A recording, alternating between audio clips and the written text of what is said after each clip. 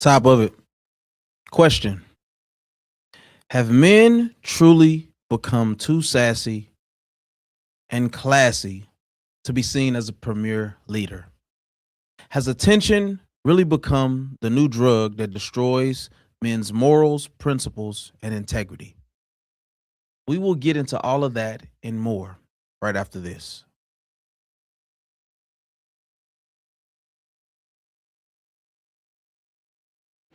Squee bop, dee dop, she dop, ooh. Yeah, watch the duty. We got the late night shift live.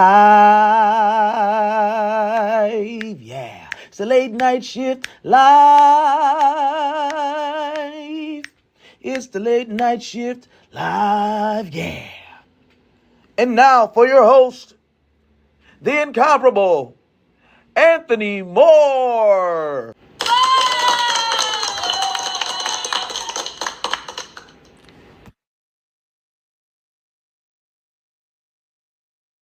What's good? What's good? What's good? Top of it, top of it, top of it. Top of the morning, the afternoon, and the evening to you, whomever you may be, wherever you may be watching, looking, or listening. I am your host, Anthony Moore. Ant Mo, for those of you who may not know for sure, and welcome to the Late Night Shift Live. You may be wondering what the Late Night Shift Live is about. Well, I'm glad you asked. The Late Night Shift Live is dedicated to shifting the culture's perspective with unadulterated truth and a little bit of grace, one story at a time. We are not salacious or gossipy in nature, so the goal is to keep it real. That is, real relevant, real player, and real live. So, if you are looking at that thumbnail, you are not in the wrong place. I actually got a little nugget in there for you. Man, we're talking about Cam Newton and his recent interview with Lady London. We're talking Anton Daniels versus Corey Holcomb and the fallout of all of those things. But before we get into that, I want to talk about Casanat. Casanat, however you say the name, it don't make me no never mind. But I want to talk about, I just saw a video on YouTube, about 20 minutes long in nature. And let me say, first of all, that Casanat is, without a shadow of a doubt, a brilliant young man. Okay? You can get caught up in all of the internet games. You can get caught up in all of the other things that could cloud your mind about what is actually going on in front of you. Don't miss the forest for the trees. Now, let me show some love to my people. I see my two of my faithful fews in here. We got Miss Reese in the building. Hello, how you doing? It's always good to see you, girl. And then we got Bruce Wayne Glass said, "What's good, everyone?" Man, if you are here for the first time, we welcome you. We hope you stay for the long haul. You understand what I'm saying? Please hit that like button. That's just going to get more people in here to show that love. And please subscribe if you have not done so. No, this is not AI. This is live and living color from your boy, Mo. And I am your host. So we got the salutations out the way. Now let's get to this show. Casanat. And the video was titled, "I Quit." And everybody thinks that he's quitting streaming. He doesn't want to do it anymore. We think he's going to go into an abyss. He's depressed. He's anxious. He's struggling with self-doubt. After watching this video, like I said, a very, very brilliant move in what he's doing. His PR team, the mind that he has, the intentionality in how he even did this video was simply impressive. At the end of it, it was never about him quitting streaming, even though he may never stream again. He may stream to a low level after this. But this was my takeaway.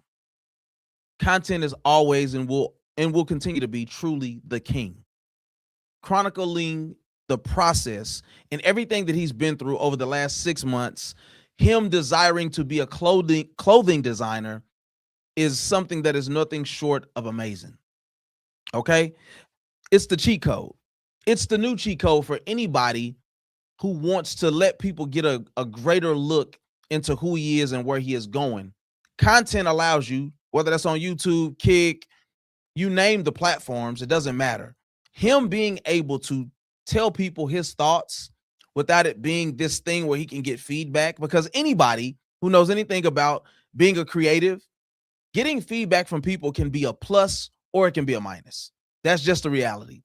People are going to tell you what they think. If it's a bad idea, even if he said he wanted to quit streaming for the rest of his life, there could always be somebody to say, that's a bad idea. Stick with your bread and butter. Nobody knows you for fashion design or being a clothing designer.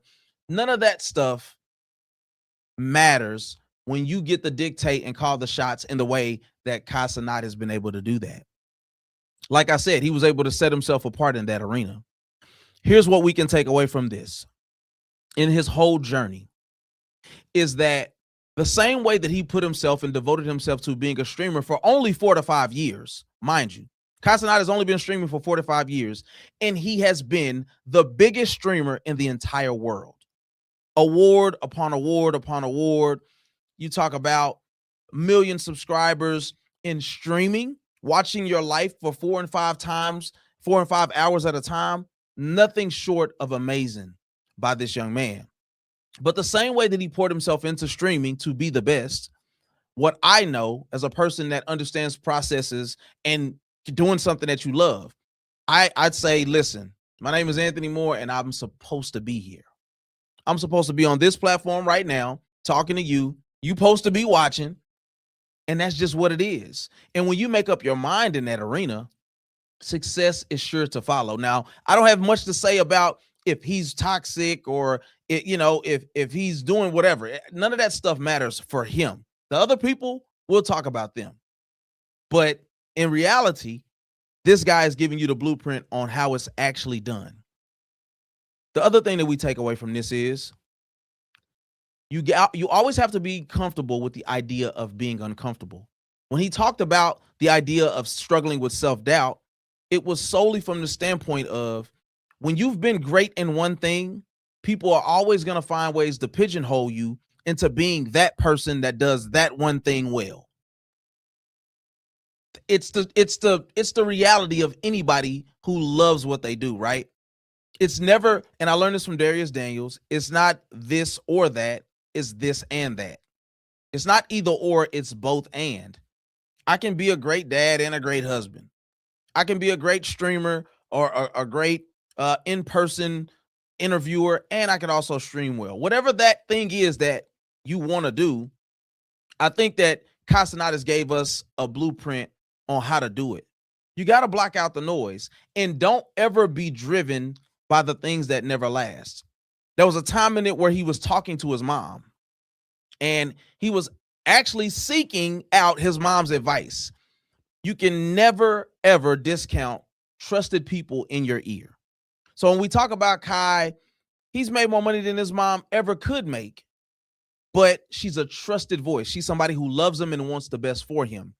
We always need somebody that we can bounce things off of, to be honest and vulnerable with. That's what will actually push you to stop, to quit, to second guess yourself, is not having people in your corner who actually know you. And Kai did a great job. I just love the idea of him reaching from that well and actually getting something from it. How many times, raise your hand, hit the like, comment below, how many people have actually had somebody that you went to them for something and it was a dud, a resounding dud, because they haven't been through those waters. But the beautiful thing about relationship is when you know people, when people know you, they don't have to live what you live to know you, to be able to know what to speak into your life. And that's what his mom was for him, a beautiful sounding board. And what I love most about the end of his conversation with her was her reassurance of, don't be afraid. Don't be scared, because you got a mama who pray. And I don't care how far you go, I don't care what you believe, being able to have something higher to call upon, to get strength, to get wisdom, to get guidance, to get protection, is always going to be you standing in a square by yourself thinking that that's going to get the job done. So get comfortable with the idea of being uncomfortable. If there is no fear, there's no purpose. Being able to, Kai is stretching himself. Don't let that go over your head. He's stretching himself. I just got done with my think tank, and one of the guys was talking about a rubber band, and the ability of the elasticity of the rubber band allows it to be as useful as it possibly can be for whoever's using it. But within stretching a rubber band, there's going to be stretch marks.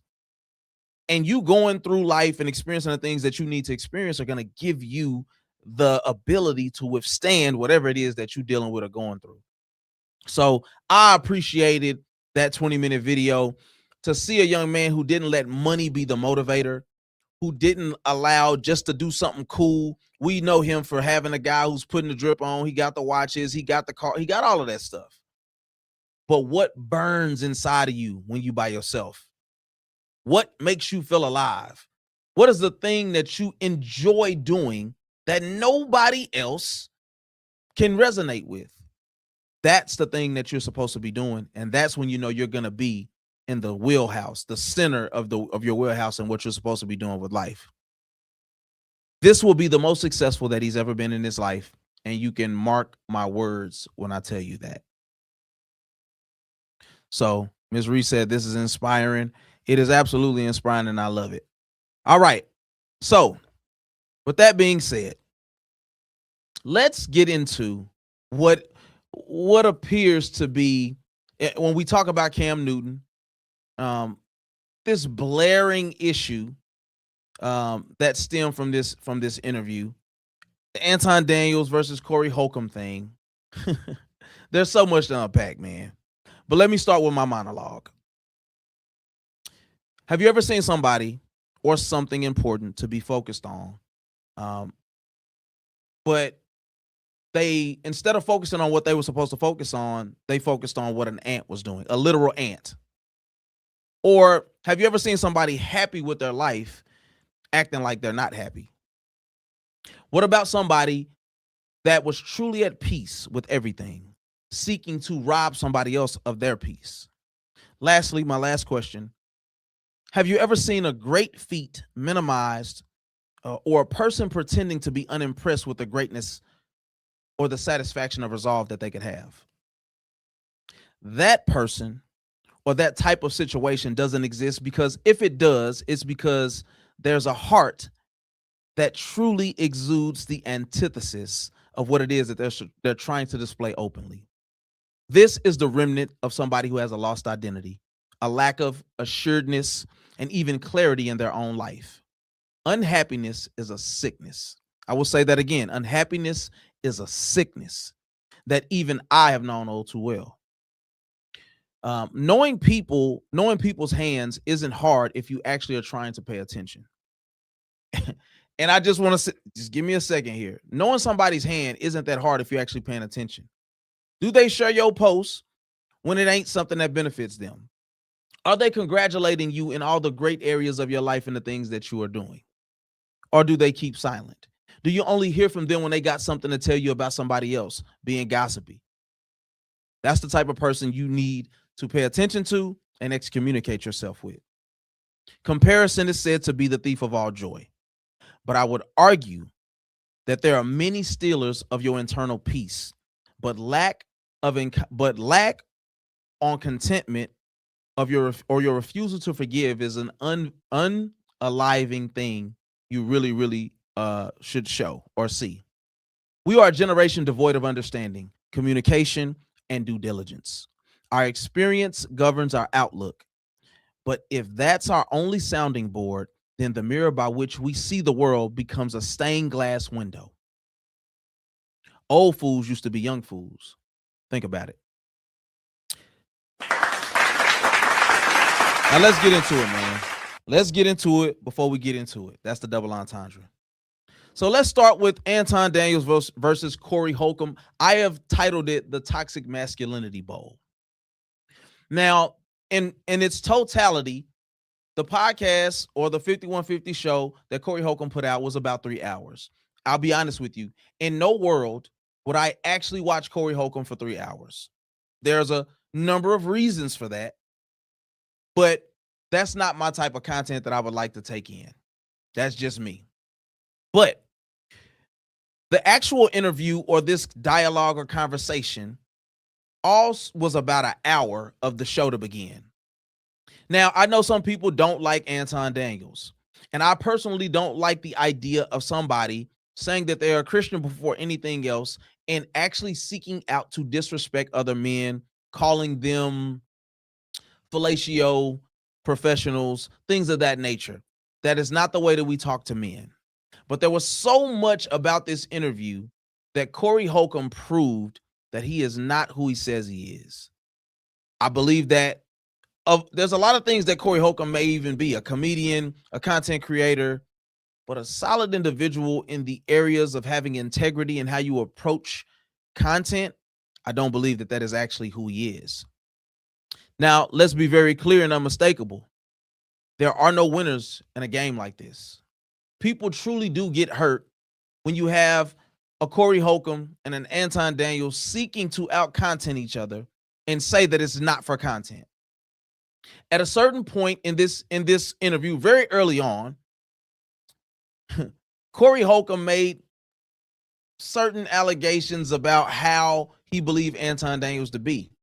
Now, there are certain things that I took away from this interview that I will point out that I believe Corey Holcomb never had any intents of really getting a real understanding about about Anton Daniels or how he moved, because the reality was so let me just get into it.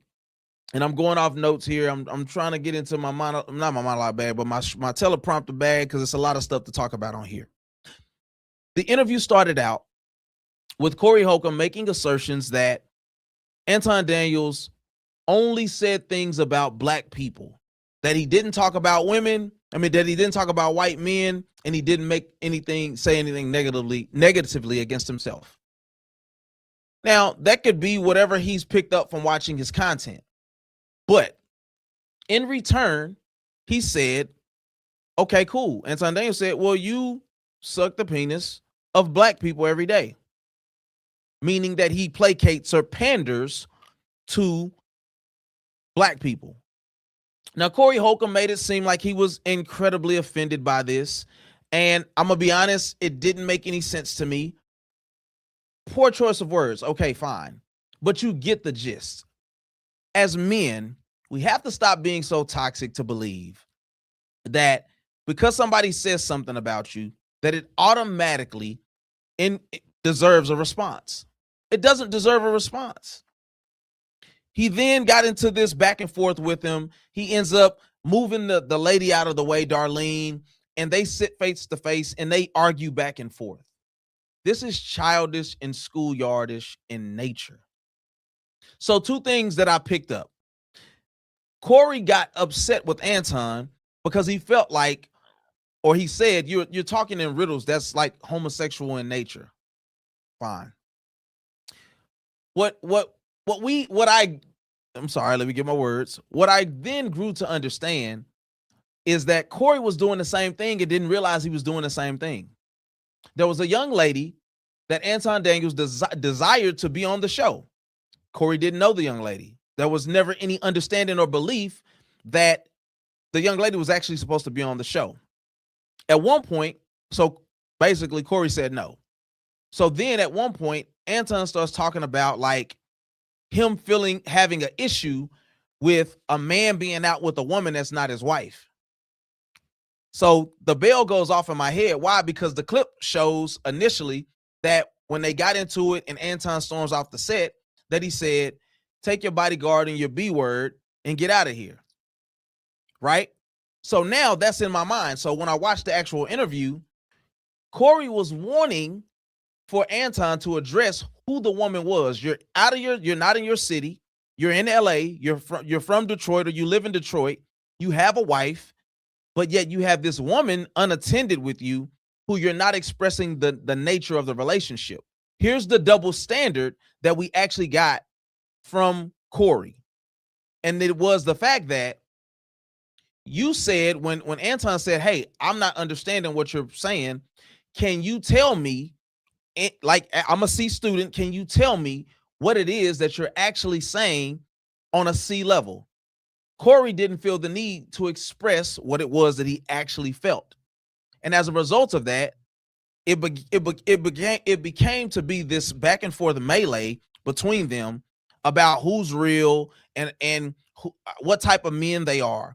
Corey literally, I looked at the time, for 30 minutes after their initial get into it situation, talked about how you shouldn't say certain things to men, how as elder statesmen, how we should have an understanding about how we're moving. And the whole time I'm looking like, can you please get back on subject? Corey, he's asking you, can we get back to the interview? But this is psychology and people one-on-one. Corey prides himself on being somebody who has people around him that are vetted. He's saying, you don't have to understand me and Darlene's relationship. Just know that I know her. We have a relationship outside of this that you don't understand. Cool. When Anton said, well, why does that bother you that you would see these two people out and that you don't know them? He said, it don't bother me. I don't care. That's none of my business. Then why are you feeling upset with Anton about him bringing a woman to the studio that's not his wife? And if Corey Holcomb is so, this is who I am, I stand on what I say, why couldn't you blatantly say it to that man's face? That's the double standard. You bring up an example that you're actually speaking to the man that's sitting across from you, and you're moving in a way that's not respectable or honorable as a man. So that's one thing. He didn't like that Anton brought a woman to the studio that wasn't his wife.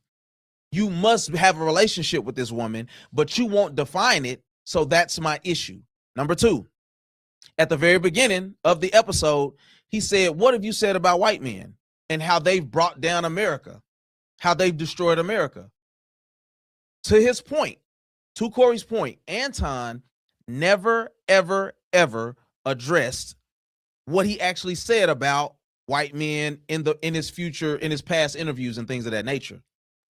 So that already made Corey check out, because you're not standing on the business that you claim you believe.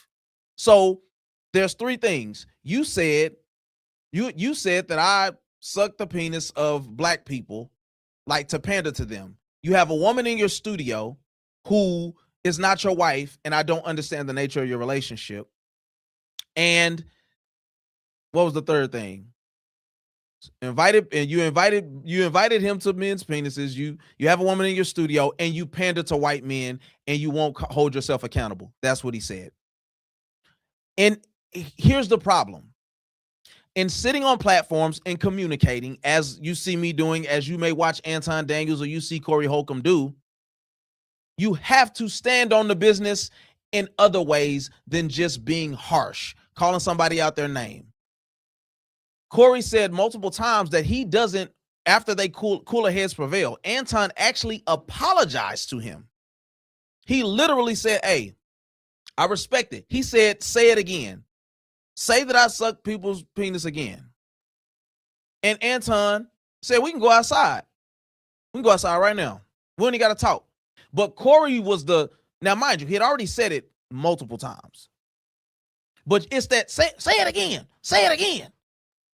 And he didn't say it. He ended up apologizing. At that point, after you've expressed what you think and what you feel for 20 minutes, can we just get into the interview? Can we just get into whatever it is that we think? But in Corey's mind, he felt as if no matter what was said prior, Anton no longer had validation to communicate with him on that level. Unfortunate. It's the reality, but it is what it is. Let me see. We got a comment. Chichu Dusty said, this was a standoff on both sides. So I agree with you. It's a standoff. But watching that interview, which I'm assuming that you did, the problem is, bruh, if I've apologized, this is the point that this is the hill I'm dying on with this, Chichu. Appreciate you for tapping in and commenting. At the point that I apologize, I shake your hand. We both acknowledge that we're good. Why do I have to go back and let you tell me 40 different ways on why it's not okay for a man to say certain things and where you from? I'm so tired of, hey, guess what? I'm from Fort Worth, Texas. They used to call it Murderworth. It's funky. So what?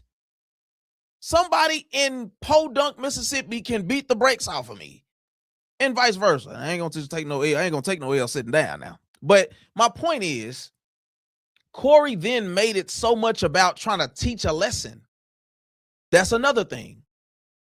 He took the fact that Anton didn't just lay down and accept anything from him as it almost like, I think what Anton said was true when he said, he won't have me back on here. He said it's not fun for him. See, he wants to be the happy-go-lucky, I say things, I laugh about it, I say rude things about people, nobody's ever going to do anything about it. I believe Anton was very true in what he said. I do get why people could have issues with him by and large, but overall, I still do believe that he was right in his assessment of who Corey was. Corey thinks that he's more honorable and more of a man than the people that he has an issue with. And in return, that means that he gets to disrespect people. And that's just not true. And that's not what it means to be a man. That's toxic. And we get to put out content and it goes viral, and it goes viral for the wrong reasons.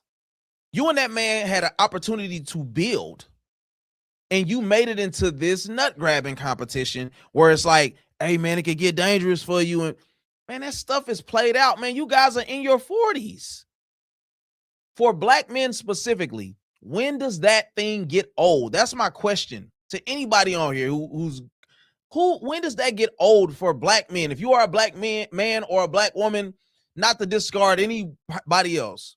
I just want that, because we live in this culture where people die every day or unalive every day because somebody has to feel like they're a man by pressing the issue on somebody or putting their hands on somebody or calling somebody out of their name to one-up them. I learned about what humility truly is, and that's strength under control. Just because I got a V8 don't mean I got to go show it to another car that's similar. All right, let's see. We got another comment. We got Rock Mitchell said, I hate it with a passion. Where you from has no relevance. Absolutely. Like, bro, it's hardcore dudes in every city. It's pretty women in every city. It's hustlers in every city. Like, where you're from has absolutely zero to do with a man disrespecting you. We have to start shaping how we view manhood. I'm not, bro, you know how many things I've heard on a basketball court in my neighborhood and I didn't crash out? It becomes a poor excuse for moving less than honorable. And we got to stop that. Is that Bandman Kevo with a beard? I absolutely have heard that comparison before. Nah, I'm a little more handsomer. But appreciate you for tuning in, my boy. Lame joke, but I can rock with it. Can't disrespect.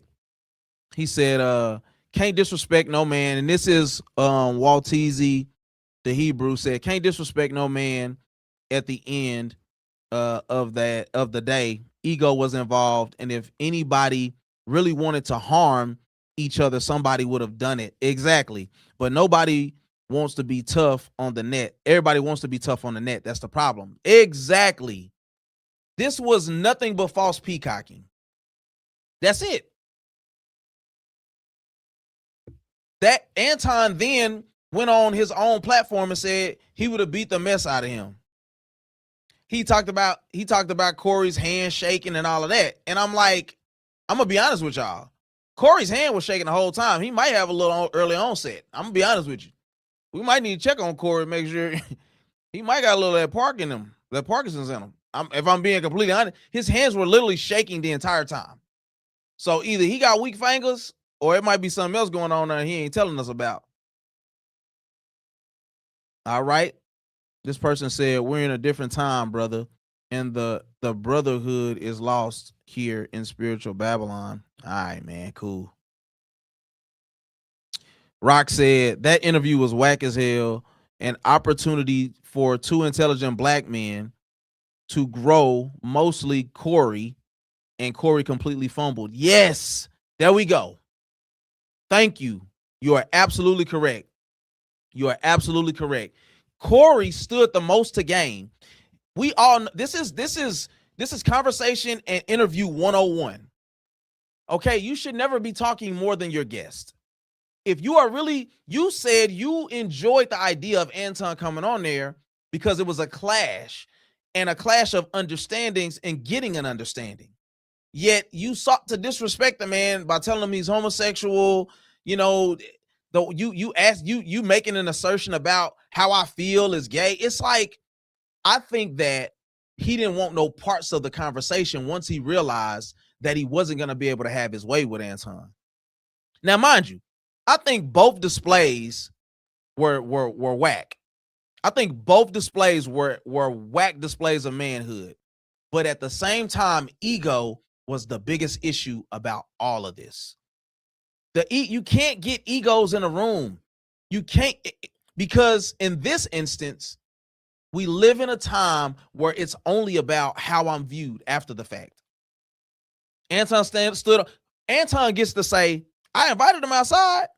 You want me to say it again, but I'm telling you, we can go scrap right now. If anything, Corey, like somebody said earlier, if we was going to make it shake, we could have made it shake right then and there. We don't have to get into the back and forth and the banter, my boy. If you want to go do something, let's do it. Or punch him in his mouth right there if that's what you really own. But I would argue Corey ain't really seen no smoke in a long time. And this ain't even about if he's a man enough or if he's tough. No, I'm just saying somebody's going to call your bluff. It's the same thing. I liken it to when you're young and you make all of these suggestive things to a woman about what you'll do to her. I never was into that. Because guess what, my boy? If she obliges, you got to go show. And you don't know. You don't know what's going to happen. In the same way with somebody else, it's like, bro, like, cool. You the tough guy and you speak candidly in front of a microphone. Talk heavy like that. Go tell Will Smith to his face you think he's homosexual or he is. Tell him. Who cares about sitting behind sitting on a platform behind a microphone making threats to people? Man, appreciate y'all for tuning in, man. We got 114 in here, man. Y'all make sure y'all hit the like. Please hit the like, man. It's free to do. I appreciate y'all for tuning in, man. We talking Corey Holcomb and Anton Daniels, and we're going to get into Cam Newton as well. I'm feeling real eclectic right now. NCLECTCA, eclectic. So it says, Corey and Anton both ain't S-word. Both just talk a lot of junk. I agree with you. Where you from doesn't make you tough. You can die anywhere. Facts. The YNs don't care about ending it, my boy. They got AKs with switches on them. They don't care about, like, who cares about how tough you think you are? Anton, you is a little out of shape too, my boy. If I'm being 1,000% honest with you, and you could always come on this platform and we can have a conversation. No disrespect needed. But yeah, no, that's absolutely true though. They both look like old fools. And that's what the end of my monologue, which was a little shaky, but we're going to get better at it. You know what I'm saying? But I quoted the guy from Martin who said old fools used to be young fools. Think about it. If you want to know about where you're going, 9 times out of 10, you got to see where you've been. Right? And unfortunately, what we're actually starting to see from rappers who talk tough that are from certain blocks in America, I ain't gonna call nobody out or nothing like that. In this regard, a lot of times y'all didn't even live like that. Anton, you probably wasn't no rough and rugged guy. You wasn't beating people up. Yeah, you fought your brothers and your nephews. That's cool. You wasn't just scrapping in the streets. You can't get me to believe that. So that's all I'm saying. He says, you can be so upset that it will make you shake, which was misleading, which can be misleading. Absolutely. But that's why I said I watched his hands early. Unless he was nervous when he first got there, and then he went to anger and then rage, his hands shook the whole time. I promise you. Go back and watch it. His hands were never not shaking, to be honest, for the most part. So, yeah, talk about his hands shaking. It's like, bruh, stop, man. That ain't nervous. I know some people that'll shake and start crying, and then they'll beat you to a pulp. And he said, Corey probably didn't want to get a lawsuit or lose money whoever hits first gets sued, meaning his podcast. I think that's a good cop out. I think that's a good cop out for Corey. I do. Here's the thing, man. I'm gonna be honest. Here's when I started looking a little different at Corey Holcomb when he went on Cam Newton's podcast. He was too eager and happy-go-lucky, and it wasn't that, oh, I'm gonna call it like it is. He was just, I just appreciate your platform so much, brother. And I just wish you would have said what you said to Cheyenne Bryant. It wasn't that same energy. It wasn't, dare I say, not being disrespectful or funny, it wasn't manly. It was almost like he was just so much of a fan of Cam Newton that they couldn't really just talk. He just agreed with a lot of what he said. He smiled a lot. And it just didn't give the energy that he gives on every other platform. And here's the reality. I believe that, yeah, he may be a mixture of both of those things, but he's probably more towards that character that we saw on Cam Newton's platform. He's more of the fun, happy-go-lucky comedian guy. You're upset that your career probably hasn't went the way that you want to. I know you're saying you're happy, and I'm not disagreeing with you that you live a good life, but you've talked a lot about not getting certain roles, and you say you're okay with it. But do I think there's a level of talent? Yeah, listen, I've seen him in The Ringer with Kevin Hart. He was great in that movie. But if you're not going to play the game, cool. Don't play the industry games. Don't complain about it either, though, because it does come off as like you're complaining. My boy Dominique, I ain't seen you in a minute, my guy. My brother. What's up, man? Good to see you. Good to see you. Well, good to be seen by you. Much love, bro. You know what I'm saying? You agree? Already. We got the comments flooding in, man. Make sure y'all hit the like, please. We want to keep getting people in here, man, so we can keep having this good conversation, man. I do got notes. I do want to get to the notes. So at a certain point, I will have to go to my notes. Y'all can always do super chats too if y'all want those comments to go to the top of the line. If it were two black women, wigs and lashes would have been flying. And that's what I will say now. Them women, they got a little less control over them emotions at times. They'll throw caution to the wind on national television. You right. It'll be a pump over here, an eyelash on your forehead, hair snatched. Yeah, nah, that's real. He said they both look like fools. Absolutely. No lie. I'm gonna try to get caught up on the comments and then get to the notes. Bro, you telling nothing but facts. Respect. Anton came to be disrespectful. See, I think that was a part of the ploy, right? But then it got to a point where Corey actually invited for certain responses, right? And then when he got them, it was like once he said whatever he said, right? He said, well, you didn't keep that same energy with Chappelle, right? He was like, all right, I'll give you that. You right. I didn't. So it's like now you fearful of what may come along with you trashing Chappelle's last special, right? And then he says, yeah, but that was easy though. Like, what else you got? Then when Anton says, well, you don't be Darlene and Craig, they don't be holding you accountable like that because you the boss. Now he like, oh, here you go. It's like you almost can't win when somebody has it set on their heart and mind to be against you.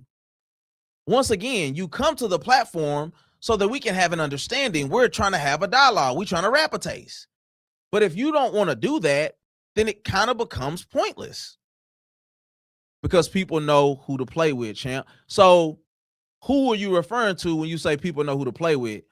Because I'm gonna wait for your response, but who knew who? So in that instance, are you saying that Anton knew not to play with Corey? That's my question. Then he said he didn't go to Cam's podcast to disrespect. Well, you shouldn't go to anybody's platform to disrespect, though. My point is, it wasn't that I wanted him to disrespect Cam.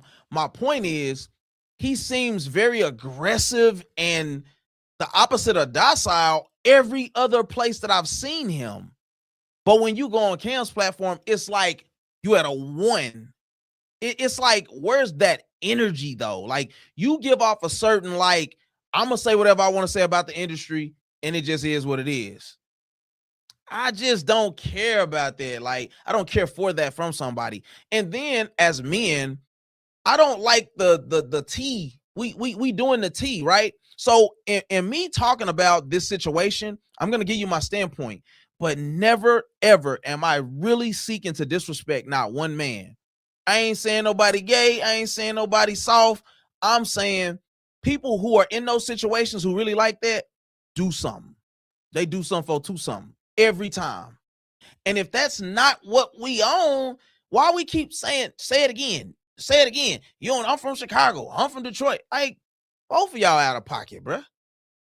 Both of y'all need to shut up. Like, hey, what's it?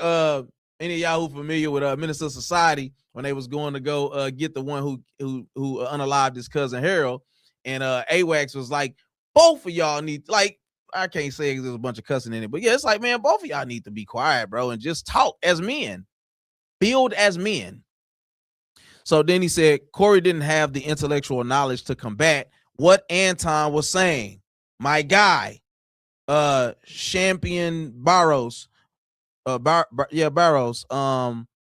He says what Anton was saying. He, if he was well read, could have debunked things Anton was saying. Here's the thing.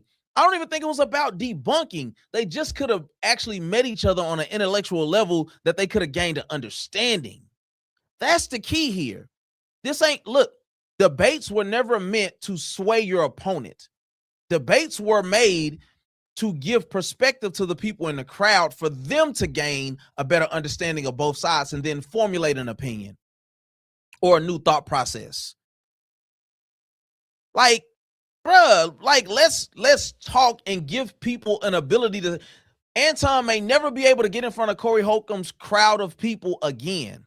And that's what we took from it. And then if you're a fan of Corey and he can do no wrong, then Anton is just whoever Corey decides for him to be. Now he's cheating on his wife. We don't know that to be true. And I'm not saying that he's not. I'm saying we don't know it to be true. We have no idea who that woman was. We don't know if his wife know that woman. But you said you got a B word in here that you pay for your, like, bro, that's being too loose. And here's the thing. At the point that Anton apologized and shook his hand, I could see in Corey's mind as that was a way for him to say that he was soft, or you ain't really standing on what you're standing on. Because if you wanted it to be something, it could have been something, even though it applies to him as well. That's just poor ability to execute and what the main goal was. It should never have been to be disrespectful. Even if that was Anton's, this is what I love as a man. Being able to seem impermeable in the face of somebody trying to make me feel away. Not being moved or swayed by what the next person thinks or feels about me. You want me to be upset, but I'm not going to be upset. That's G stuff to me. That's standing on business for real. So all it takes is for somebody to say you put your mouth on somebody's genitals, and it's not even saying, oh, it was Chris. You put your mouth on Chris. It's like he said, man, you do this to black people all the time. Oh, where I'm from? Who you talking to? Come on, bro. You missed it. You missed the mark. You missed the mark, man. Obliviously gifted. Corey and Anton. That was an argument between Django and Steven. Django asked Steven why he kisses Massa rear end so much and hates his own people. Steven got pissed off that he was. Here's the thing, right? Here's the thing. I'm not gonna lie to you. I don't think that critique is actually as accurate. I'm gonna be honest. I don't think that critique is actually as accurate. I get your point though. But here's my thing, right? Why do we always have to prove our blackness by attacking white people? That's a real question. Now, I'll say this as well. Anton did say that he says certain things, and then when Corey said, well, what did you say? He never said what he said. Now, some people could say that was smart. Some people could say that wasn't right, that you should have said what you said. I personally don't feel like because I said something about my baby mama 2 years ago that I have to defend myself to say, well, I did say she did this and she ain't do this and she ain't worth it. It's like, cool, I said what I said. But it's like, why do you want to prove that he's not black or that he's not the one because he won't oblige you in saying something bad about white people. Here's the thing. Corey says he lives a good life, and I ain't gonna argue if it's true or not. You really don't appear to be happy. Here's what I can say. And it's weird because it's like a part of my monologue was speaking to the fact that people who say they're happy are happy for real. I got a partner who he had deactivated his social media, and I'm like, "Hey, what happened, folks? What you do?" He said, "Man, I'm happy in real life. I'm really living the life I want to live. I don't have to display it for the internet. That's real happiness." Still talking about who's the back door. He has a word for people who he thinks are homosexual or who he knows to be homosexual, backdooria. Why is that a thing? Why, like, Corey, you always want to talk about somebody being gay. Why do you want to always talk about somebody being gay, bro? It's kind of weird, if I'm being honest. I'm not saying that you like men. I just don't know why you want to talk about the ones who are. It don't make sense to me. But it's like, let's say if I have a business and I'm partnered with Caucasian individuals, I'm Steven. If I hold black people accountable for traits, characteristics, things that they may do, statistics, whatever, am I Steven? I don't like when people say to be pro-black means to not, it doesn't mean that I'm anti something else. I kind of disagree.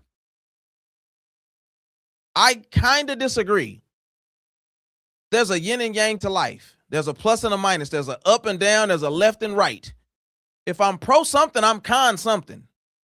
And that's just on a basic level of understanding. So I'm trying to understand why we are to the understanding or the ilk or the belief system that most people, and this is just in my assertion of what I've seen, most people who are pro-black, I'm talking about still got the pick with the fist on it, talk about Asiatics and we the first, they don't like white people. That's just what I've seen. But I think we're so used to code switching and we're so used to like not standing on what we actually think or believe to be true even about ourselves or other people that we don't want the backlash. So we don't realize that it's like, bro, you either really don't like this demographic of people or you lie somewhere in the middle. But black people don't like being in the middle because, Lord forbid, I have my own thought process, opinions about life, about people, about what I think. Individualism doesn't exist. We have to go with the crowd. That's all I'm saying.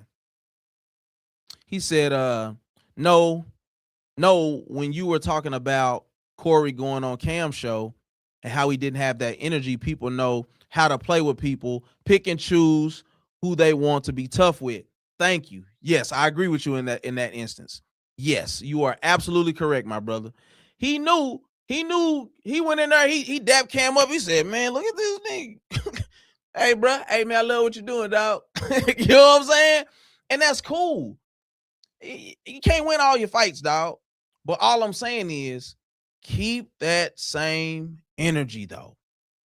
He found an ally in going against Cheyenne Bryant, so that became the talking point for if she's a real doctor or not. And that's another thing. As men, we got to stop going back and forth about women.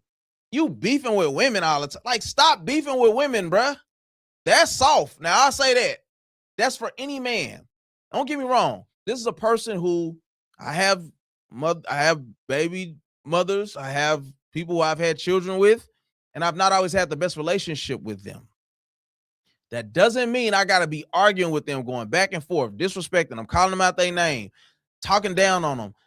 That type of energy has to stop amongst men. Period. I don't care what you got going on. Stop that, bruh. That's soft. I'll say that. All right. Obliviously gifted, just you doing too much. I already tell you, man, you gotta stop, dog.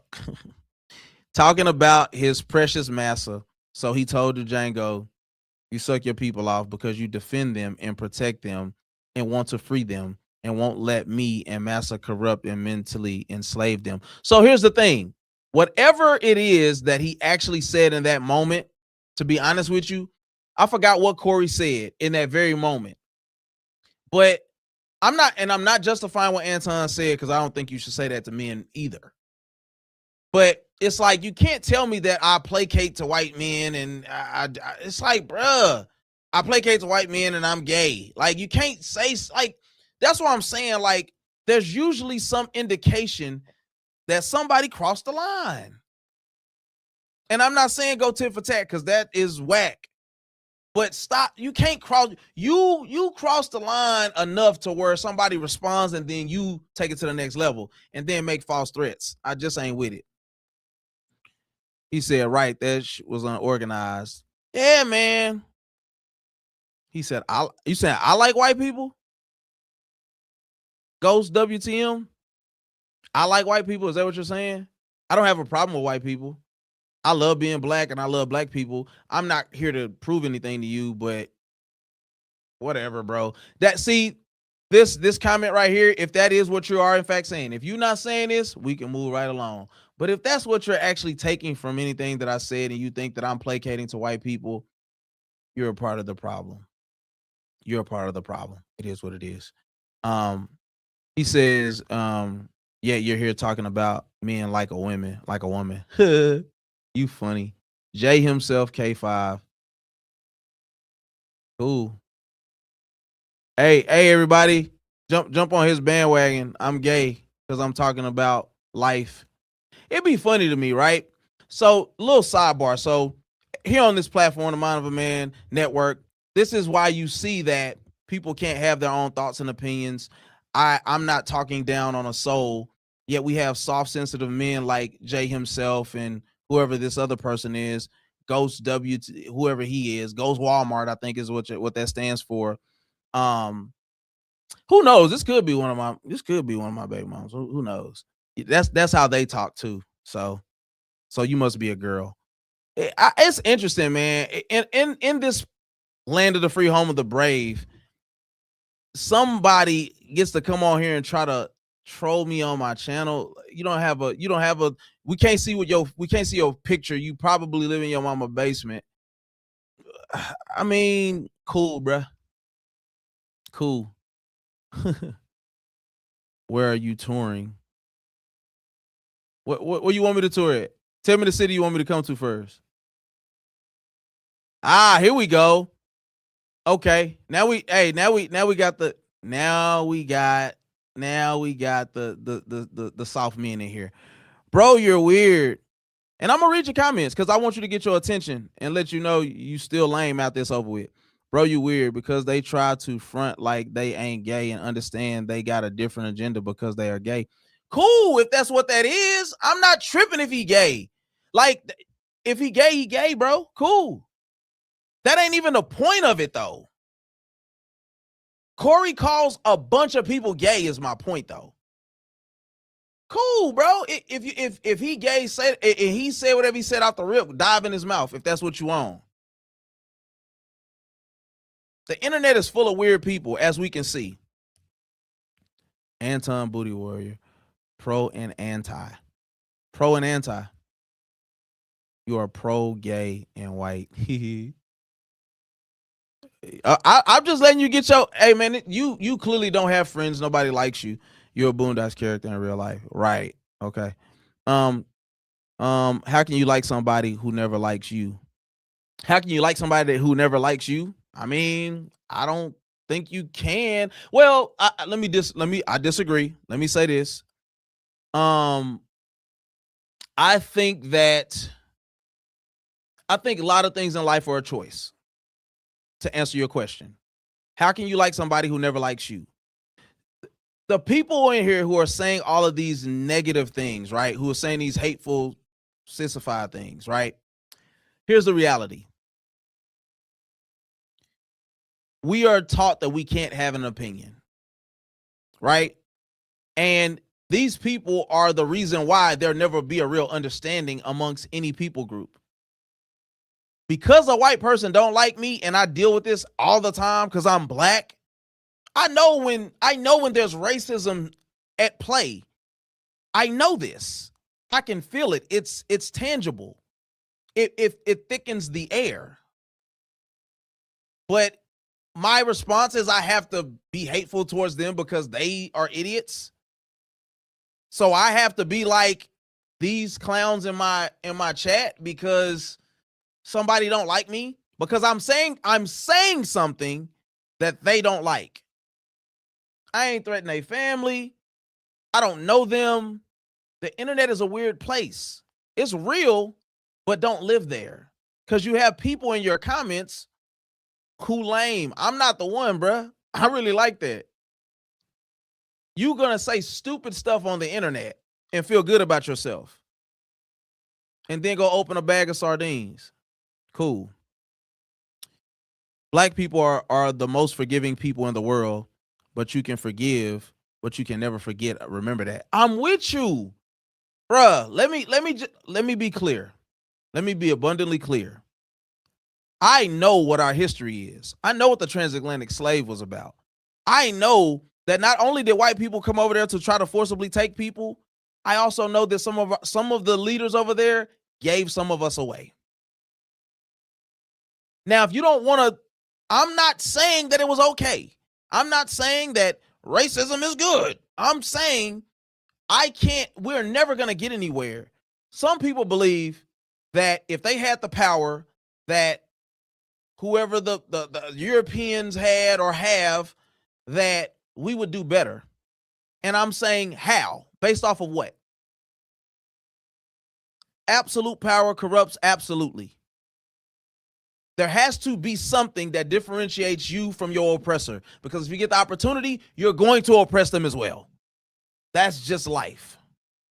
So I'm with you. I'll never forget what people have done. I'll never forget it. But I can't live my life walking around hating white people. I can't walk around hating gay people because they gay. It's weird. It's weird behavior, man. Thank you, brother. I appreciate you. You have low intelligence. Don't you forever forget you black. I don't, brother. And I hope you understand. Enough beefing with women, dumb A, checking women to make them stop lying to us and men.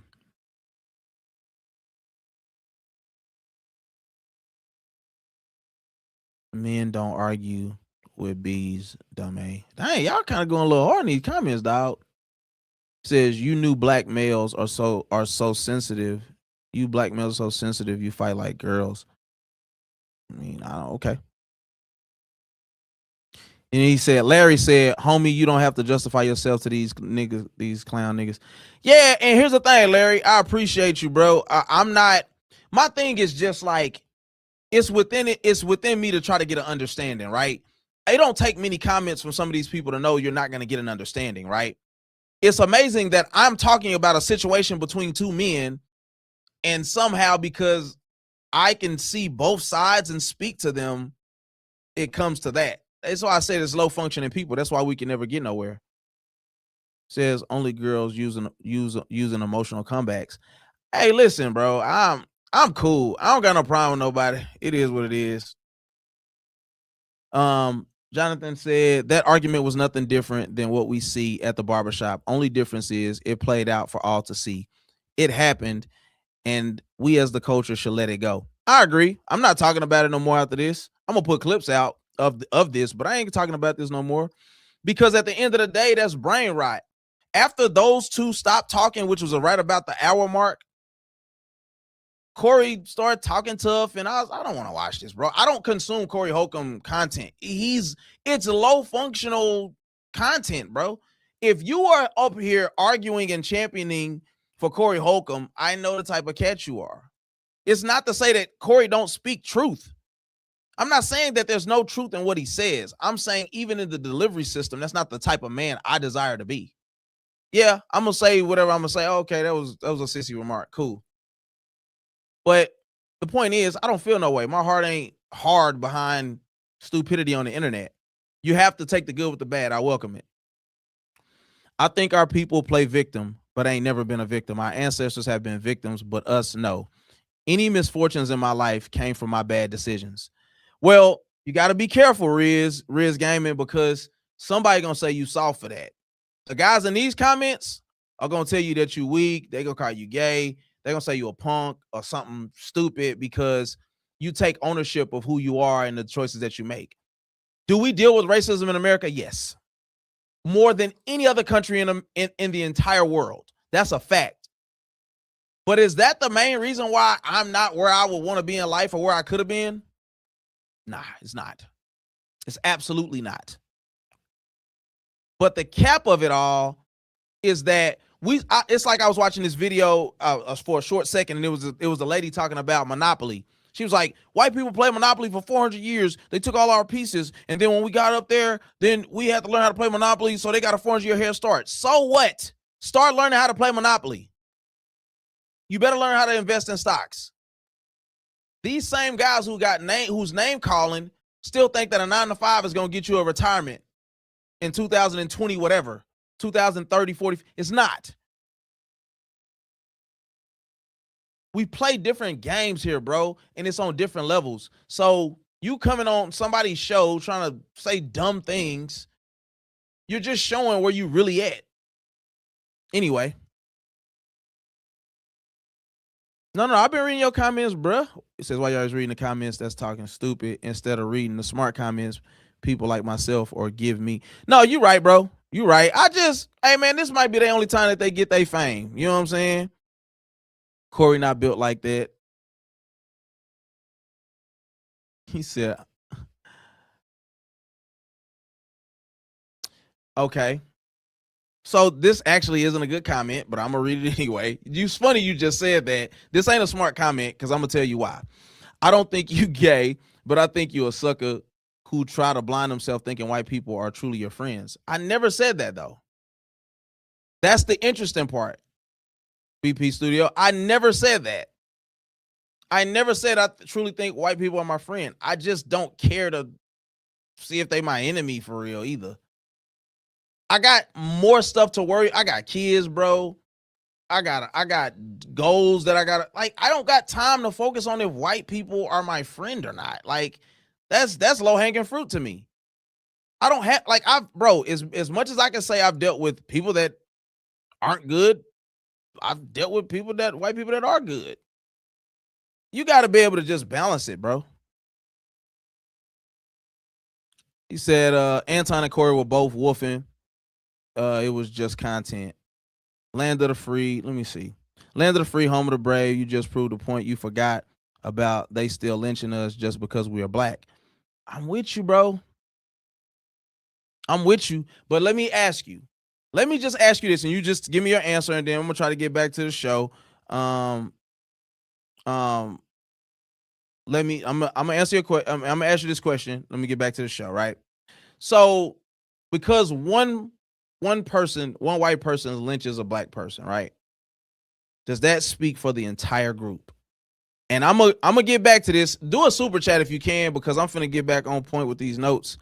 But I just want to know, if one white person lynches somebody, does that speak for the entire group? So, like I said, let's be very clear and unmistakable. There were no winners in this situation. And to quote Jay-Z, nobody wins when the family feuds.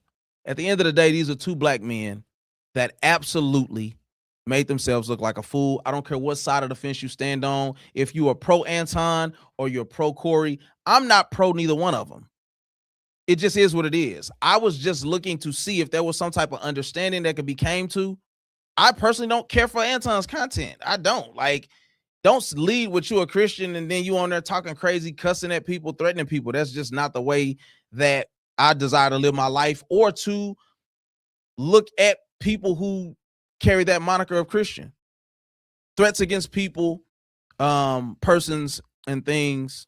I mean, the intentional disrespect, the blatant disrespect, statements about money ledgers.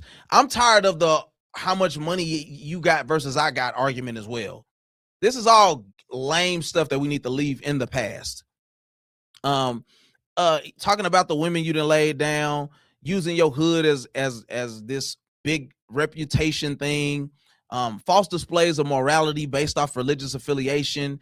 Those things are all detrimental to true manhood, and it's a trap. See, getting in the comments and woofing with people and talking crazy, that's all false displays of masculinity. We always want to talk about toxic masculinity. What is good masculinity? What is healthy masculinity for a man? We didn't see it on this interview, and we sure ain't seeing it in these comments. The reality is there are chinks in everybody's armor. No matter who you are, no matter what side of the fence that you sit on, there are chinks in everybody's armor. Ain't nobody perfect, bruh. It is what it is. But we'll sit up and justify talking crazy to somebody as if you like it's not justifiable, bro, to talk crazy to somebody or talk crazy about somebody because they white or, you disagree with whatever they got going on. All right. So that was my final point. We're going to get to the bottom of these comments and what y'all have to say about that. And then we're going to move on to Cam Newton. It is what it is. All right. Batista said, well, if somebody don't like you, they don't like you. Just don't deal with the people that don't like you. That's how I look at it. You stay over there, I'll stay over here. Facts. And that's called maturity and manhood. They're saying in the comments, and I'm not saying BP is, but they're saying hate them. Just hate them. Hate them, and all of them are garbage. It's like, bro, you got your heart broke by one woman, now all the women trash. Oh, okay. Like, bro, that's just stupid reasoning. That's all I'm saying. Don't lower your standard to be like them. If you're saying that to me specifically, I never will. He said the new bigots and racists are looking more and more like us every day. I get it. And don't get me confused. I do believe that there are people that can be paid to hate on their people. I'm not one of them. I do believe, though, that there is a distinct difference between holding somebody accountable and just flat out nitpicking, hating, and judging somebody. I do think that there is a difference. He's DJ Kingpin said, I'd say 30% of the internet is mostly bad actors and probably putting on a mask and hiding behind screens and acting like they're tough. Exactly. I'm not a tough guy. I die for my family. I stand on what I stand on. I really do. But I ain't no fake tough guy. I don't got time for that. You're going to have to show that too. Somebody press you, you're going to have to show it. We have all witnessed interactions like what Corey and Anton had, friends and family. It happened and it should be dead. But with people still talking about it, it is what is keeping the drama going. And I'll be honest, Jonathan, I don't think that is necessarily drama. At least in my instance, it's not. I think that there are things to be extracted from this situation, right? It becomes like any other thing, like you're saying, that we've seen or heard. A lot of times with family, though, that becomes the norm. So it's like, that's just Chris and John. That's how they do. It's like, nah, bro. We got to get to the heart of this. And people lack understanding. You talking about a large portion of the internet, a large portion of people lack the ability to gain understanding of who somebody is and why they feel what they feel. Corey never took the time to really understand Anton or where he was coming from.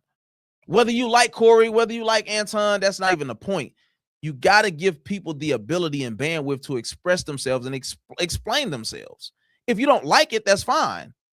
But for like somebody, like getting back to, I posted a video a couple days ago and it was talking about Jamal Bryant, the dress, all of that, right?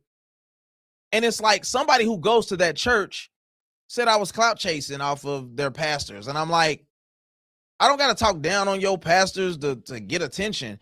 At the end of the day, I'm cool with putting out quality content, and wherever it falls, it falls.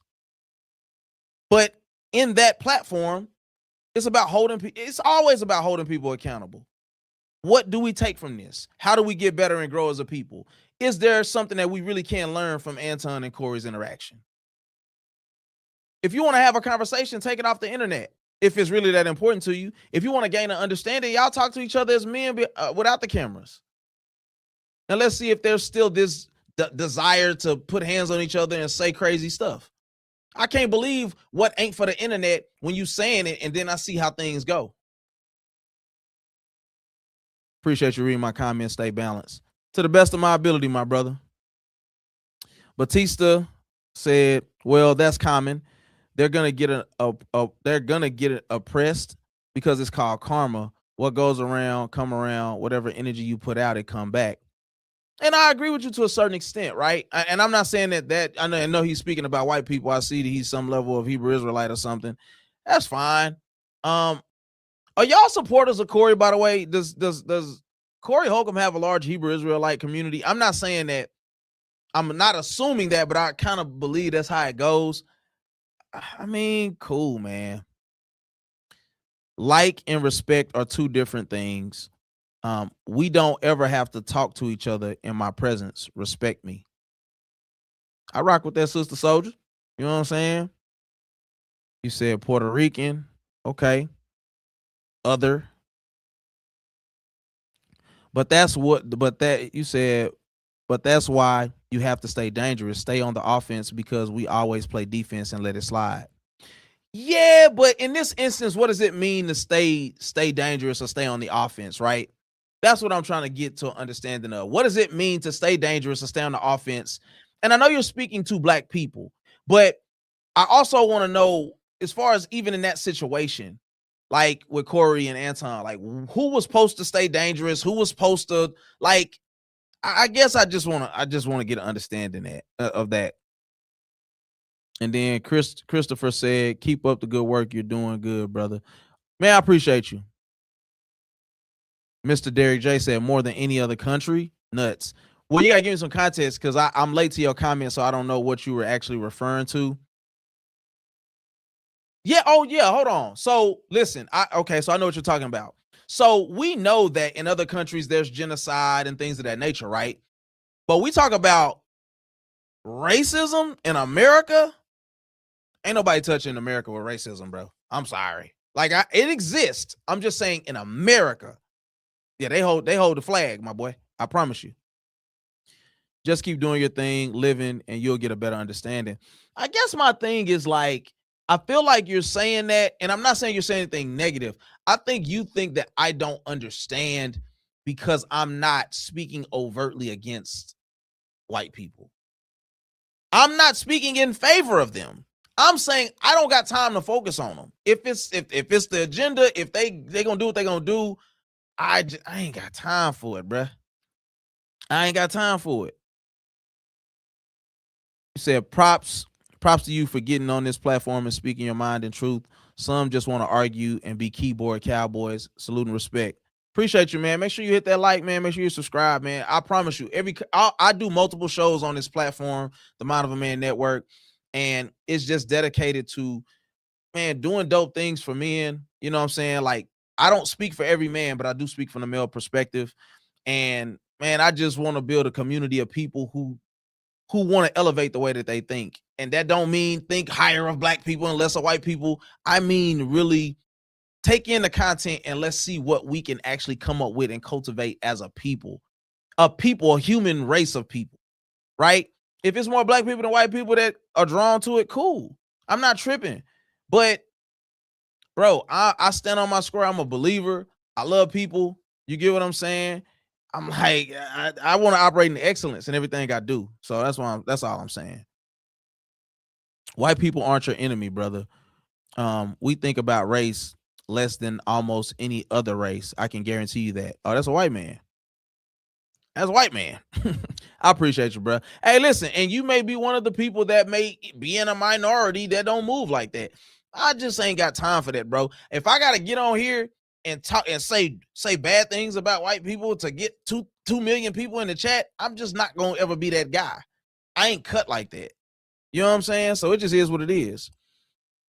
He's not soft. He's not a punk. He just lost focus. Just because you was living in slavery doesn't mean you ain't a product from slavery. And I get your point on that too. I get your point. But I think at the end of the day, though, I do believe that if we're only ever going to replicate what we've always seen, I don't think it's necessarily bad that black people are forgiving.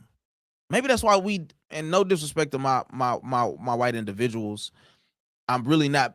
I maybe that's why we don't age like that. You know what I'm saying? Maybe the ability to forgive, do something to your skin. I don't know, but I'm just saying, like, I don't have a problem with white people. Period. Bruce Glass, I just seen him. He said no. That is a white man, and he has always supported me. He followed me from a whole nother platform and supported me more than black people do. Point blank, period. Any show I do, he on there supporting me. So am I going to think that Bruce is like all the other people that are negative towards me or hateful or racist towards me? No, not going to do it. I allow people to show me who they are. And I don't think there's anything wrong with that. I'm going to try my best to support your channel so you can keep on doing your thing. Are we going to see how you change up once you live a little bit more? All right. Hey, man, I'm cool with that. I ain't tripping, bruh. I respect it, man. I'm assuming that you hit the like, and I'm assuming that you subscribe so you can see what I be talking about. That's cool. I ain't mad at it, bro. You know what I'm saying? But I hope the switch up, I ain't no switch up. I just think that with more experience you do gain better understanding for sure. I guess I would just want to know from you, what would you be expecting for me to gain? Like, you know what I'm saying? Like, what is it that you think I may be missing that I need to know based off of what we talking about with Anton and Corey, of course, because that was a springboard for the conversation for sure. But I appreciate all the love. You know what I'm saying? And you said fear, facts. Anton acts like a female. Anton never explained himself. Well, he never got a chance to. And I'm not saying this in argument of him. It just got to a point to where Corey just wanted to talk about why you shouldn't invite men to your genitals or something. It's just weird, bro. Like, man, if that man is gay, let him be gay, bro. I just don't understand why y'all couldn't go on with the interview. It's like, you can't. Then he said, I'm trying to teach you. I'm trying to teach you. You ain't trying to teach nobody nothing, Corey. I don't think you have the capacity to really teach. I'm just be honest. He said Anton later on said he came there to get up under Corey's skin intentionally. I believe that. I could tell early on. I could tell that, right? But I mean, he succeeded. That's my point, though. As men, we got to start being able to maneuver through those spaces a little bit better. You said, where's the white folk defending Anton Daniels? Where? No videos. Yeah, he tells you he don't rent to ninjas and calls you dumb, stupid, everything else. I get you. I get you, bro. Let me be clear once again. I don't support Anton's platform. I don't know what he does, to be honest. I don't partake. I'm just going off of the clips that I've seen in the actual interview between him and Corey. That's it. That's it. He says, I believe you are another fool. I mean, cool, bro. Hey, man, I ain't gonna put your comment up there. I'm not a big fan. I'm Hebrew. He okay. Okay. People can separate their ideology. Says people can't separate their ideology with who they are. You said, Doris said, yes, because white folks know how they are. They know about the racism in this country. They know white men are afraid of black men. They're the first to shoot a black man. I mean, I think that is a pretty basic take there. I think that's what everybody says that takes that opinion, to be honest. Cool. I see a lot of videos, yet none from white. He hates ninjas and else. All right. I mean, cool, bruh. Okay, then you said people can't separate who they are from their ideology. When you question how they want to build the world, they say it as a personal attack. Let's see. It's not about being dangerous. Anton wasn't supposed to come in there acting like a female. He brought the other woman in there thinking he was going to get brownie points. All right. I mean, where you get that from, though? I mean, I don't know. Maybe you know something I don't know, but where you get that from? Anybody has ever played a video game online knows there's racism in every culture toward us, period. I don't disagree with that. Oh, I think anywhere black people go, they've seen levels of racism, whether it's high or low. I don't disagree with that. In order to be a good journalist or a good communicator, if you want to talk, you have to learn how to talk to people in on their level to get good understanding. I agree, and I think I actually do a good job of that. Just a little plug for myself. I don't think Corey did a good job of that, though. South Africa is without doubt number one in racism against black people, but I feel you though. Okay, no, and I've never been there, but I understand that that's where Nelson Mandela was from, right? And, with apartheid and all that. So I get it. You know what I'm saying? I'm not acting like I'm the end all be all, like we know everything on this platform. Definitely at the end of the day, I could receive that and want to have healthy dialogues. Sound like you got a white woman? Nah, bruh. My lady probably in here right now. She black, she loud, country, and she thick as life problems, my boy. So you're wrong. Love you to life though. Anyway, and the mother of my children are black as well. So you be easy. Why now? Well, there should be an explanation for it. He can't even sit in a black man's house with manners. I mean, I think people can do what they want to do, though, bro. Here's the thing, right? I understand that we live in a world where we have opinions and we're expressing them. I am sitting on my platform expressing my thoughts, feelings, opinions about what I knew about that situation. We still ain't even got to the Cam Newton situation yet. But I just don't think we realize how much we can not care about what people got going on. We be feeling like we gotta care about if Anton Daniels rent the black people. He's doing that a lot of times to create content. It just is what it is, man. And that's what I don't care for, to be honest, about what social media has turned into. It's the reality that people feel like they got to take all of that stuff in like it's real. Some of these guys are selling themselves out for a check. Anton is one of them.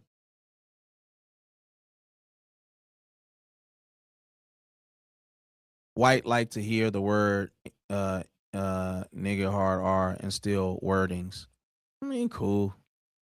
Nah, it's the melanin. I don't know what that means, butterfly pink, but cool. Why the host favor Jonathan Majors? I ain't gonna lie to you. Jonathan Majors is a funny looking dude, dog. And Jonathan Majors is cool. Hey, dog, I play the move for Jonathan Majors, but I don't look like that dude, bruh. Knock it off. I can rock with it. I ain't even mad at you, dog. You know what I'm saying? That's cool. I ain't never heard that one before. Anton Daniels isn't thinking about ninjas, but their money. You idiots, put your ears on. I don't know what that last part means. Anton looked like Rick Ross. Oh, you came on here roasting, dog. You funny, dog. Knock it off. Says, I have no issue with Anton. I think because he is married, sometimes his content seems a little weird, as if single men or certain black people he is better than.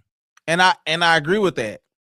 I can understand that standpoint from the viewpoint of it's like somebody that get married, they used to sleep around, then they get married, and they're like, hey man, I need to stop sleeping around. It's like, nigga, you used to sleep around. Shut up. You know what I'm saying? It's not like holding somebody accountable. It's like you really looking down on me. So I ain't mad at that assessment. First time on this page. You have self-hate. I just came on here. I don't have self-hate. No. No, that is not what was. No, I love me now. No, I don't got no self-hate. I don't know where you're getting that from. Please explain yourself. Hey, Haiti. Says Corey isn't always right, but he is consistent with staying true to himself. And a lot of time he's wrong. He's wrong. He admits it. I ain't gonna lie to you. I ain't never heard Corey admit he was wrong. But all right, cool. I rock with you on it. First time I've really seen Corey triggered. He was really in his feelings. He was. Corey passed Anton pressed Anton did nothing. Yeah, are we acting like we proud of that whole thing? No, that's my only thing, right? Yeah, he dropped the mic, say it again. He said like we can go outside. He said no, say it again. I don't know, bro. I guess it's all lame to me. I'm Haitian and Dominican. hate us because we black and they somewhat black. Dominican. Oh, you said I'm Haitian and Dominican. They hate us because we black and they somewhat black. I mean, I don't that don't seem like a complete statement for me, but more knowledge for sure. Oh, this is my lady right here. Not white. Like that though. Facts. She is like that though. Anyway, I think Anton visited another platform with zero intent to level set to a host. Why visit? I mean, you go to a nice restaurant and no one uses their outside voice but an inside voice. Zero class. Oh, it was a lot of stuff tacky about this. I don't disagree with you, Anthony. I'm Anthony too, by the way. Shout out to you, boy. Make sure you hit the like and make sure you subscribe from one Anthony to another. You feel me? But no, I agree with you. That was classless. That was high levels of classlessness. You know what I'm saying? I ain't arguing with you on that. Defendant and stay in your denial until he calls your name. The money comes before Jesus for him. Oh, yes. I agree. See? Now you were saying some crazy stuff about me, but I agree with you. You said I'm a Christian first, but it's like, nah, bro, that ain't Christ-like at all. You know what's amazing is that people don't like Christians, right? And I'm talking about just regular people don't like Christians, but they know that how most Christians act is nothing like what Jesus was or what he embodied. So it's like, Corey, you can't say, Anton, you can't say you're a Christian, bro, and then you on here talking reckless to this man, completely disrespectful to this man. Having an intent to go on a platform to agitate, irritate, and get under somebody's skin is just not it either. So you're absolutely correct on that, my brother. You do know he's a pastor's kid. That's why he's walking mockery of the Bible. That doesn't surprise me. That doesn't surprise me. That doesn't surprise me. All right, let's see. Timothy Grant put that. I don't know what the emojis and then shaking my head. Give me some context now, brother. You come on now. All right, so let's get into Cam Newton, man. Cam Newton, Lady London. So, geez Louise. This was a bad interview for multiple reasons. And Cam did a very, very, very poor job of doing his job on this one. This was cringy. It was a cringy display of journalism. Cam often blurred the lines between self-interest and business. I do believe that Cam was absolutely attracted to to Lady London. But it seemed like at times he thought he was on a date. Like, if y'all seen that interview, please let me know. I felt awkward at times because I'm like, Cam, I don't know what your motive is in this interview. And this speaks to the peacocking, any man who's been around women that they're attracted to understands that there's a level of showboating that goes on when you're trying to impress somebody. And it seemed to me that Cam was definitely trying to impress Lady London. But the reality is, I don't think that it worked. I know it didn't work. Absolutely didn't work. So, I thought to myself, I put a note here. I thought to myself, how does his lady feel about this? So for all of you who know, Cameron Newton definitely talks about being in a committed relationship. Something about that interview, I feel like he had to have a conversation when he went home or once it actually aired. Because what did he kept giving backstory to his life and how he was raised, and it was just weird, bro. Like, and for any of you who've seen the thumbnail, eclectic. I'm feeling eclectic. Okay, NCLECTA. It's not a word. It's in the Urban Dictionary now, but it's not a word, Cam. And here's what I don't like. Going back to the peacocking, going back to the trying to prove something. Why do you feel the need to double down on being wrong? As a man, I could absolutely just appreciate saying you wrong. Okay, you know what? I spelled the word wrong. Hey, listen, I got my associates in horticulture, and I got my actual degree, my bachelor's in sociology. That's the study of people. You didn't have to tell her that, bro. A lot of this stuff was bad. And what I appreciated, and you can say what you want, but I appreciated how unimpressed that she actually was with that poor display of masculinity from him. I think that Cam is highly entertaining. I think he's good at what he does. If you want to see some good skill set stuff, man, go look at him on TD Jake's podcast, Next Chapter. And if you haven't seen the interview with him and Jason Wilson, it's evident to me, and I don't know how many of you people are believers in anything, if you believe in God or not. I believe absolutely that God is trying to speak to Cam Newton, because I think he's caught up in a bunch of different things that don't really amount to success for the long term. If you have a baby with somebody, and it's just me, I could be dead wrong here.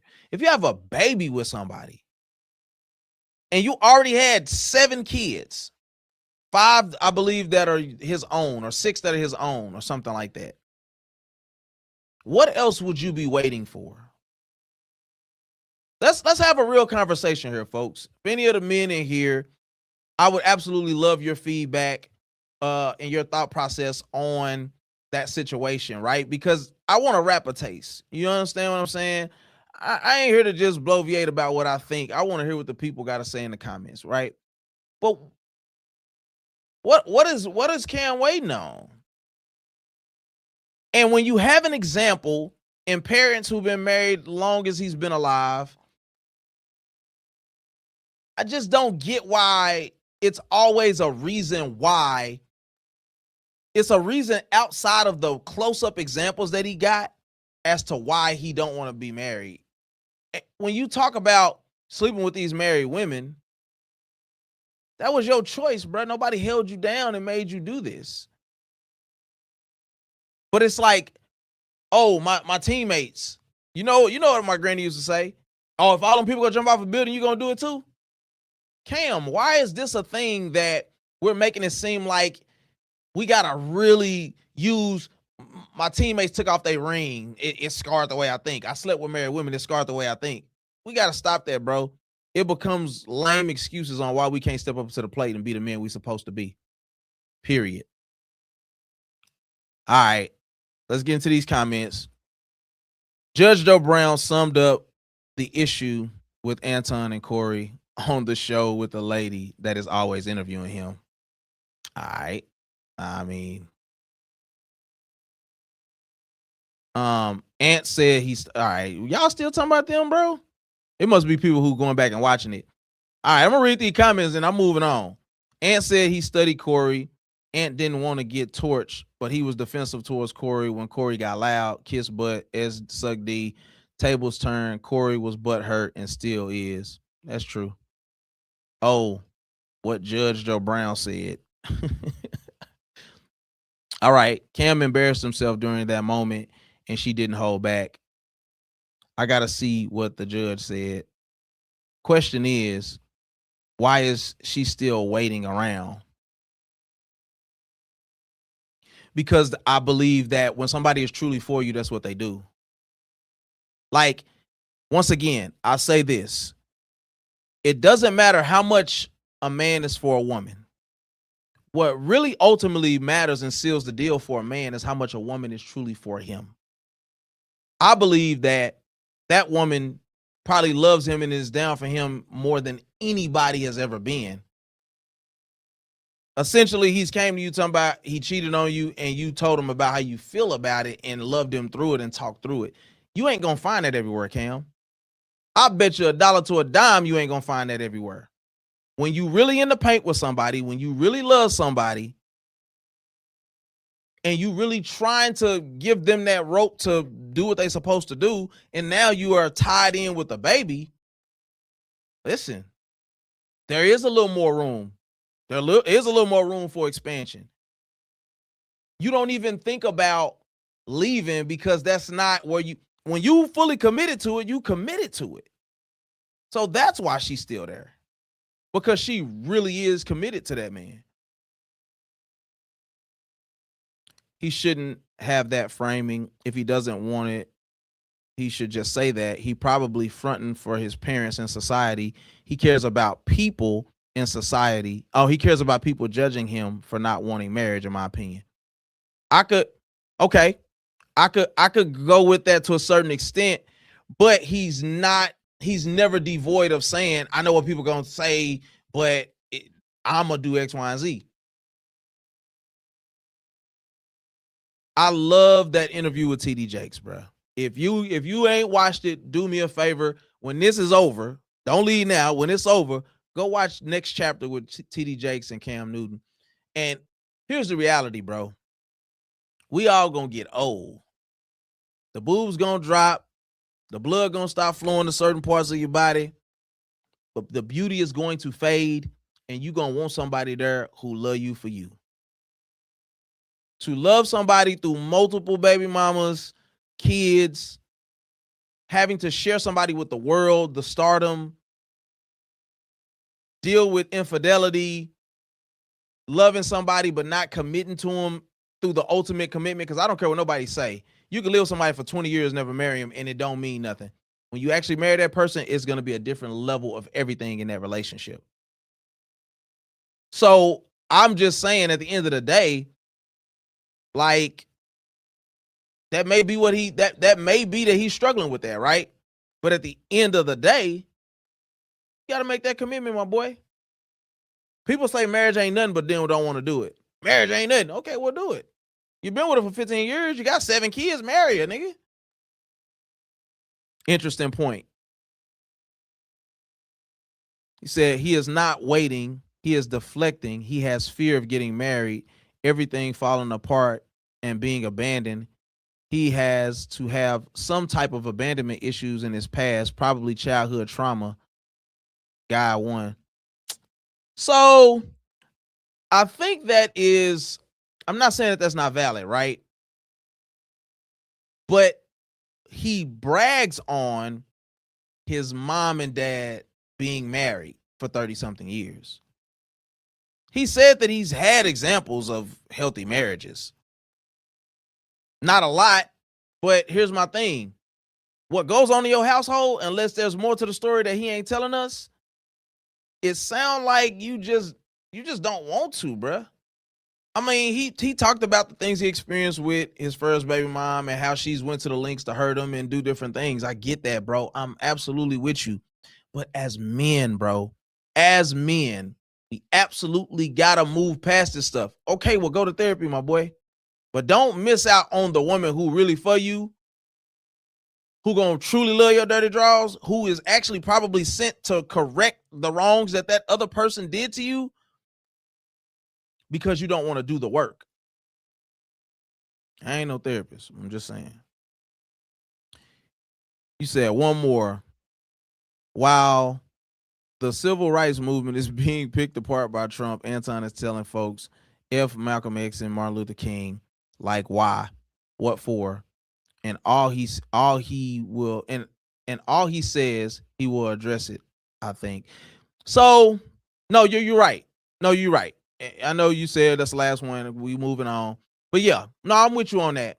I don't be tolerating that slander either, bro. You can't just go say F the greats, bro. Like, it's like, bro, it's like that person. It's like me talking to that person or to Anton. It's like, Anton, you ain't gonna never affect the world like Martin Luther King did. You ain't gonna never affect the world like Malcolm X did.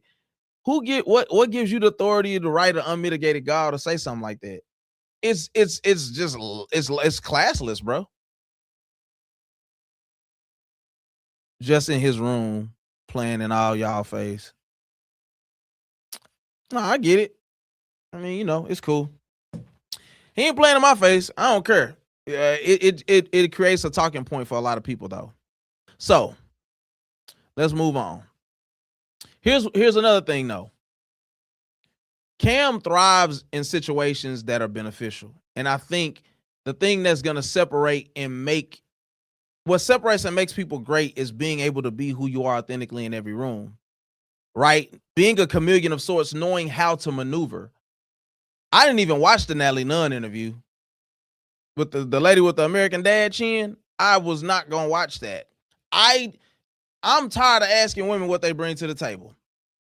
I'm tired of conversations that talk about what a woman brings to the table. Bro, men who really take care of women, who love women, who are leaders, fathers, husbands, don't ask women what they bring to the table, bro. That's a false bravado thing of having money and typically having more money than the person you with, and then what you bring to the table. We ain't tired of having them conversations, bro. Men don't need. If I have to explain to you as a man, talking about Cam Newton and his platform, in the instance of a Natalie Nunn or a Lady London, he would never ask Lady London what she brings to the table. He wouldn't fix his mouth. It just wouldn't happen. She's too intelligent. She's well studied. She's well spoken. But a Natalie Nunn is low hanging fruit for the toxic people. What you bring to the table? What do you bring besides money? That's the most important thing about a woman, is what she brings to the table outside of money. That's why that conversation is so lame. A woman who knows how to be respectful and loving and a soft place to land, all those things, bro, it's a bunch of intangible things that are actually very tangible that makes a woman special, important, needed. So asking a woman what she brings to the table is, I don't want to watch interviews that's asking women that in 2026, bro. It just ain't it. So I think what was crazy about what she did, though, Lady London, was she found a way to disarm Cam. And so it's like, now that's why you getting all of these, yeah, well, my grandmother raised me. You know, it's like we getting all these backstories. Nobody ever knew this, but when I was, when I was growing up, my dad had a landscaping business, and it's cool. Ain't nothing wrong with that. But it's like, bro, do you not have anything to actually bring towards this woman that could actually make this interview? Bro, Funky Friday interviews is way longer than an hour. Way longer than an hour. But for some reason, this one was like 58 minutes. And what was intriguing, this was what's intriguing about Cam in this instance, right? I consume a lot of Cam's content because I think he's good at what he does, right? And I do this too. So I study, you know what I'm saying? I really do look at what makes people who they are. But it's like, for some reason, the approach just wasn't the same. Like the execution just wasn't there. It was just completely different. Now, he got frustrated with her like he got frustrated with Jason Wilson, which I don't take kindly to that, because Jason he ain't TD Jakes, but he like that. If you watch the interview with Cam and TD, he never expressed an ounce of frustration. He shut up and listened to that man talk several times. The last 10 minutes, he didn't talk. It was all TD Jakes. So I'm like, man, you there's got to be a balance. Being a famous athlete, being a chameleon, knowing how to work a room, knowing how to be funny, man, that stuff only gonna get you so far. And I think more than anything, Cam is used to being the tallest in the room, the most intriguing guy. He got the hair, he gonna wear a bow tie, and he gonna have on a jersey with it. It's like, man, all that stuff, bro, outside of that, you're gonna have to find a way to be relevant beyond that. This platform that you afforded right now, awesome. It's gonna come a time where don't nobody care about you wearing a jersey, bro. Cool, that's what you do. Now what?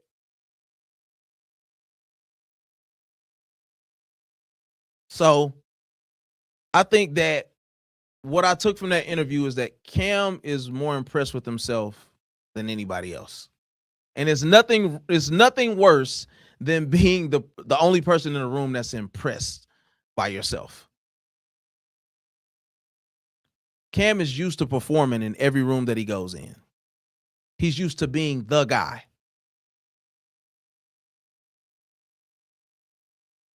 And I think that for all intents and purposes, there was a level of humility that he was handed out. He said, laugh out loud, American Dad chin. No, seriously. And then I went and seen, like, mind you, I never watched Baddies. I had seen a clip, and it was her, like, she kept doing this on the camera, talking about Natalie Nunn. Every time she would talk, she would do this, and I'm like, bro, why is this girl even a guest? Like, I'm sorry. Some people just shouldn't be put on TV. Baddies has enough of a platform on Zeus Network or wherever it's put out. Cam, don't ever interview somebody like that again. It's just bad for the brand. But she absolutely has American Dad chin. So my ability to think, articulate, and read a room are innate to who I am. Not something I can constantly need to remind not something I need to constantly remind the world of. Speaks more to insecurity or overconfidence. So what I was basically saying here is I'm always leery of somebody who wants to continuously speak to their talent or how different they are. Or, you know, I'm the only one in my family, man, that's got money. It's like, man, how do you deal with that? People gonna ask you for money whether you got it or not. It's like we like to try to make, it's something I said earlier. It's like people want to mystify who they are. It's like, oh, my mom asked me for money, and my sister asked me for money, and my brother, yeah, me too, fool. Like, so what? I ain't no millionaire. They gonna ask you for money. Yeah, you was the only one who made it to the big leagues, bruh. I ain't mad at that. I'm happy for you. But what does the next level of life look like for you, Cam? There's statistics that show married men are way more successful, by and large, than single men. You don't got to talk to me about divorce rates. I know them. I get them. I understand them. I live them. But there's something that you are missing about the importance of taking the next step in your life. I put in my notes that God is trying to talk to Cam, and I really believe that. God is trying to tell you something. Jason Wilson said, I was sent here for you. Just so happens that after that, the next interview is with TD Jakes. There's something all of us got to catch. And the ability to read a room or read the room is going to take you further than any talent could ever get you. There is a season to everything.